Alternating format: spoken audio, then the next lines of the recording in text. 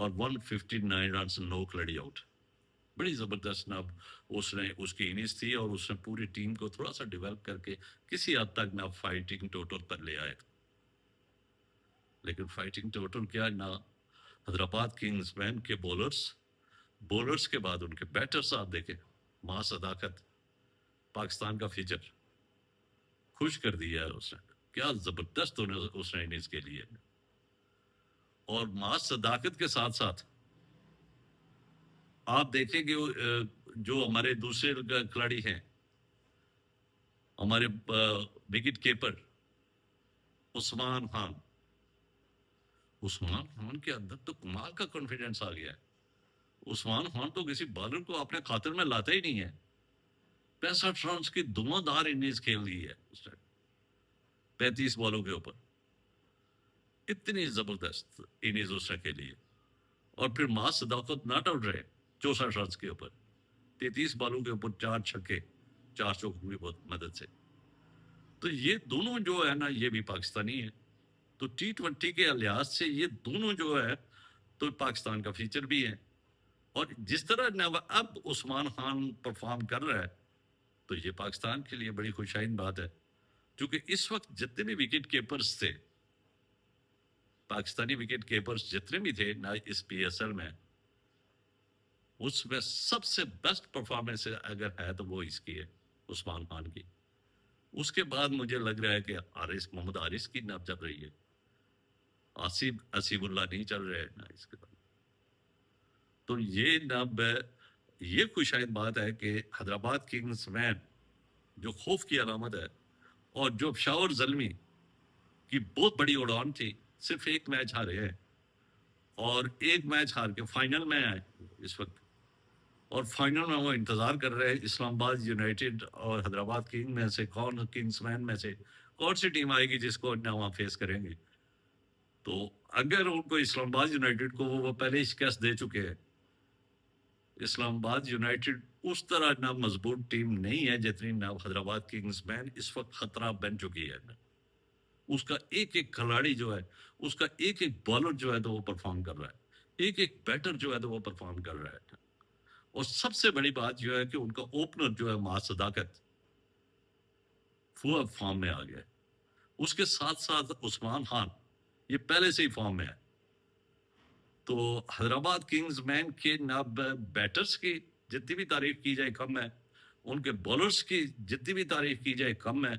اور یعنی 15.2 اوور میں انہوں نے یہ ٹارگٹ بھی چیز کر دیا ہے.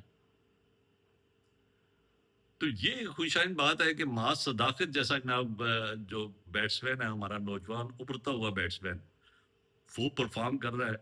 اور یہ پاکستانی ہے اور حیدرآباد کنگز کی ٹیم کا اوپنر بیٹسمین ہے. اس طرح عثمان خان جس طرح کر رہا ہے.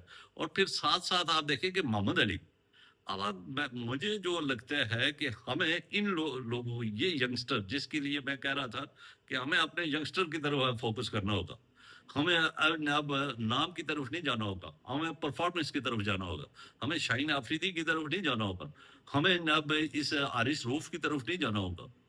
بلکہ وہ کھلاڑی بے شک وہ اتنا اس کا نام نہ ہو لیکن وہ پرفارمر ہو. تو وہ محمد علی اس وقت اس نے بڑا امپریس کیا. اسٹیفن فلیمنگ ان کا کوچ کیا زبردست اس نے نہ اس کو نہ گروم کیا ہے. اس کی ایک تو سپیڈ ہے اس کی ایک تو اس کی لین اور لیتھ ہے. اور اس کے ساتھ ساتھ نا وہ عاقف جاوید ہے اور اس کے ساتھ ساتھ حنین شاہ ہے.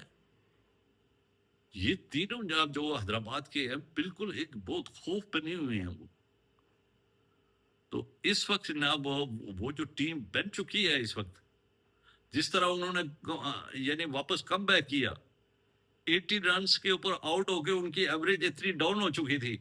اس کے بعد وہاں سے بالکل اس ڈاؤن گریڈ سے اٹھ کے وہ واپس عروج پہ آ گئی ہے. تو یہ نہ پشاور زلمی کو سوچ رہا ہوگا کہ جو نہ زخمی شیر ہوتا ہے وہ خوف کی علامت بن جاتا ہے. اور پشاور زلمی کو نہ اس کا توڑ نکالنا ہوگا. مجھے یہ یقین ہے کہ نہ اسلام آباد یونائٹیڈ کو یہ شکست سے دوچار کر دے گا. اسلام آباد یونائٹیڈ کی اس طرح بولنگ نہیں چل رہی ہے اس طرح بیٹنگ نہیں چل رہی ہے جس طرح ان کی نہ ہے. اور اسلام آباد یونائٹیڈ کے لیے بہت مشکل ہو جائے گا. ٹھیک ہے وہ میچ پہلا جیت گئے تھے ان سے، لیکن یہ میچ جو ہے تو ان کے لیے بہت بڑا تھریٹ ہوگا اسلام آباد یونائٹیڈ کے لیے بھی. پشاور زلمی کے لیے بھی ہے، ان کو بھی سوچنا ہوگا کہ کنگز مین کو کہیں اسلام آباد یونائٹیڈ روک لے تو زیادہ بہتر ہے، ورنہ یہ اوپر آ گئی تو آپ کی جتنی محنت تھی اس کے لیے آپ کو خاصی محنت کرنی ہوگی. یہ پلیٹ میں رکھ کے آپ کو نہیں ملے گی یہ جیت. اگر آپ جیت بھی گئے کنگز مین سے تو پلیٹ میں رکھ کے نہیں دے گی یہ آپ کو محنت کرنی ہوگی اس کے اوپر.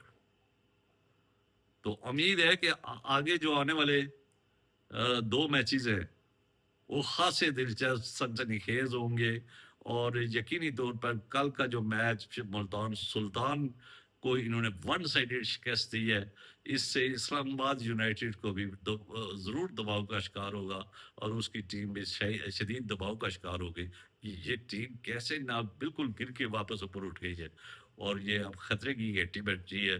اس نے نہ جس طرح راول پنڈیز کو شکست دی ہے، جس طرح ملتان کو شکست دی ہے، تو یہ آگے بڑھ رہی ہے. اور اب یہ اسلام آباد یونائٹیڈ کے لیے بھی تھریٹ ہے، اور یہ پشاور زلمی کے لیے بھی تھریٹ ہے. ان دونوں کو اس تھریٹ کا توڑ نکالنے کے لیے ابھی وقت ہے. 2-3 دن آپ کے پاس موجود ہے، اور ان 2-3 دن کے اندر اندر آپ ان کے توڑ نکال لیں، ان کی کمزوریوں کو اسٹڈی کر لیں، ورنہ آپ کے ہاتھ سے نہ یہ جو کپ جو جس کی خواہش اس وقت پشاور زلمی لے کے بیٹھی ہوئی ہے کہ یہ کپ، اور یہ بابر اعظم کے لیے یہ پہلا کپ ہوگا اپنی کیپٹنی کا. ایسا تو اس نے نہ کراچی کنگز میں تھے وہاں جیتے تھے، لیکن اس وقت بابر اعظم کیپٹن نہیں تھے. تو امید یہی ہے کہ بابر اعظم بھی ایک بہت بڑی تھریٹ بنا ہوا ہے. بابر اعظم بھی اس وقت پوری طرح فارم میں ہے، بابر اعظم کی کیپٹنی بھی پوری طرح فارم میں ہے، پشاور زلمی بھی بہت زبردست فارم میں ہے. اور یہ بھی سننے میں آ رہا ہے کہ ناہید رانا بھی آ گئے ہیں، نہ وہ فائنل کھیلیں گے. تو ان کی بولنگ اٹیک بھی کافی مضبوط ہو گیا ناہید رانا کے آنے سے. تو مقابلہ کافی ٹف ہوگا، مقابلہ کافی ٹف ہوگا. اگر حیدرآباد کنگز مین پشاور زلمی کے لیے فائنل کے لیے نہ کوالیفائی کر گئی تو پھر خاصا نہ ٹف ہوگا. اور اب دیکھنا یہ ہے کہ اسلام آباد یونائٹیڈ اس کو روکنے میں کامیاب ہو جائے گی. مجھے نہیں لگ رہا ہے کہ نہ اسلام آباد یونائٹیڈ اسے جس طرح یہ پرفارم کر رہا ہے اس کو روک سکے گی. اب تک کے لیے اتنا ہی. مجھے دیجیے اجازت. خوش رہیے، آباد رہیے، اور اس چینل کے ساتھ جڑے رہیے. اس کا مقصد ہے سبسکرائب کریں، بیل آئیکن کو کلک کریں، تاکہ جو بھی نئی ویڈیو ہے وہ پر وقت آپ تک پہنچے. اللہ حافظ. شکریہ.